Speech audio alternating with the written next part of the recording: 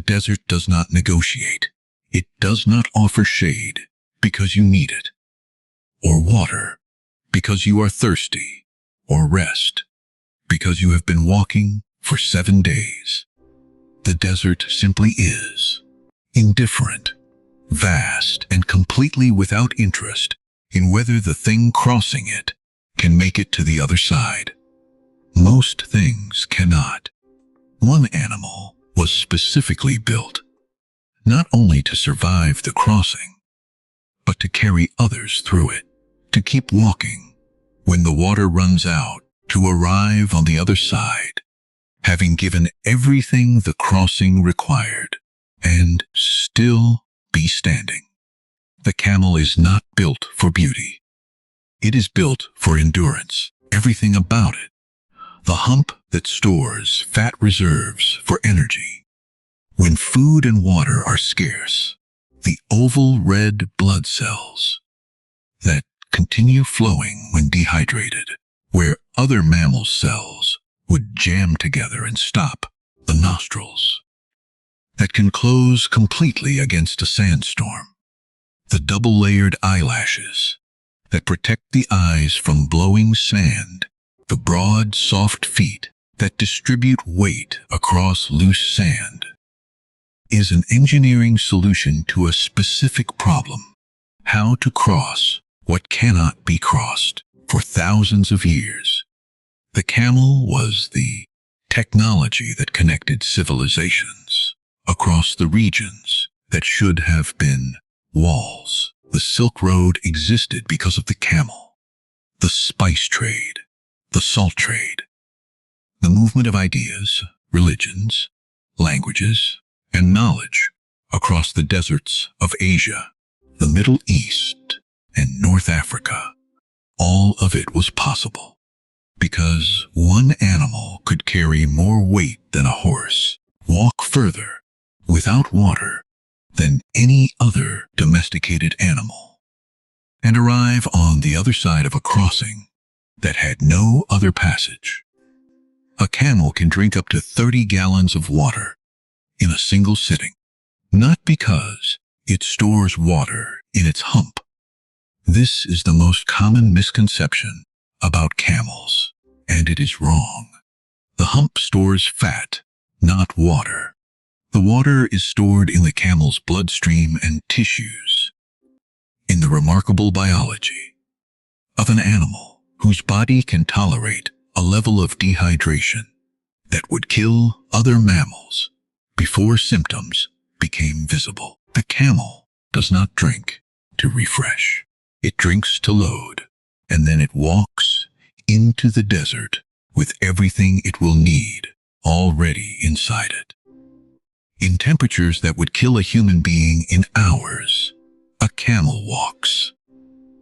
Its body temperature fluctuates, rising through the day to store the heat, and releasing it at night, a thermal strategy that prevents the sweating that would use precious water. It does not cool itself at the cost of its reserves. It manages the heat with the specific patience of something that has been doing this for 40 million years of evolutionary refinement and has found the approach that works. When the sandstorm comes, the camel does not stop. Its nostrils, close to thin slits, its double-layered eyelashes filter the sand from the air it needs to see. Its ears fold closed.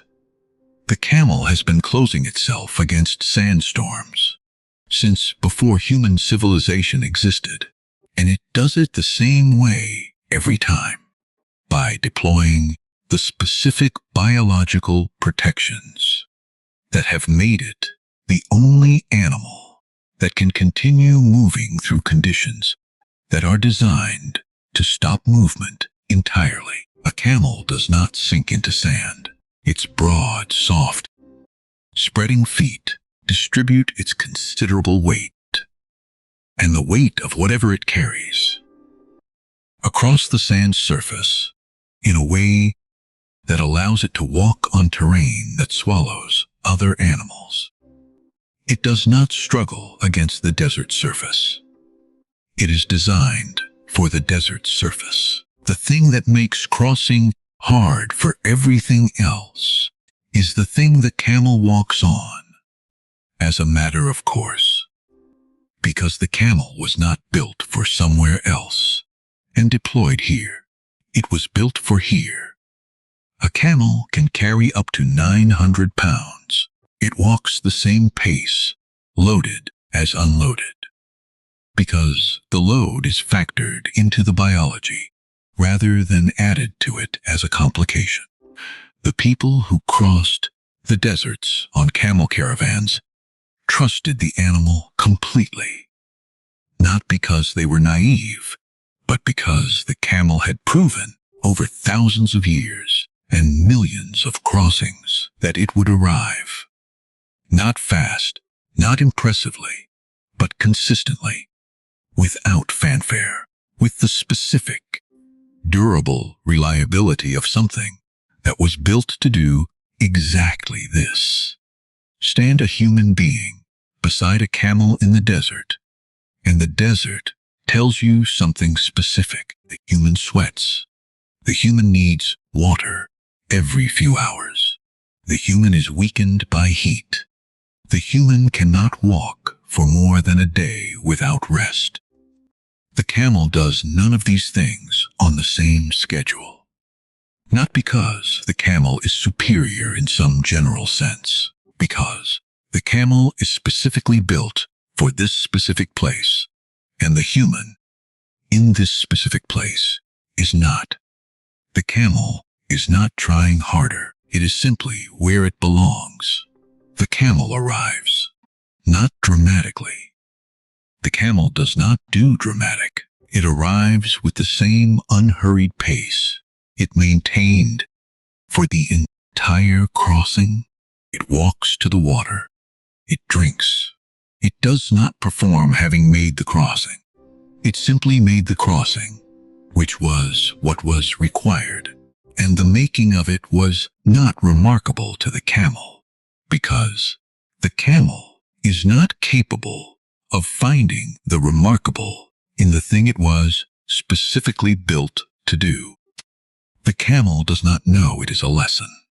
It does not know that people have used its endurance as a comparison for human persistence for centuries. In proverbs, in stories, in the specific human tradition of pointing at an animal and saying, "Look at how it moves through the impossible." What the camel knows is the desert, and the desert is long, and the crossing is what is required, and it walks, and it continues walking, because continuing is what it was built for, and the desert is where it was built to continue. The desert is long.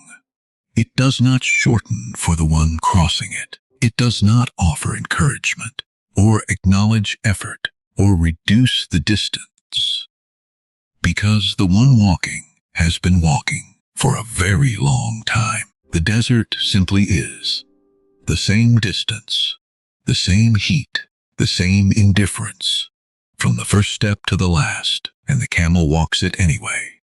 One step, the next step, the step after that. Not because the desert rewards the walking, because the camel does not know how to stop in the middle of a crossing. And the middle of a crossing is no place to learn.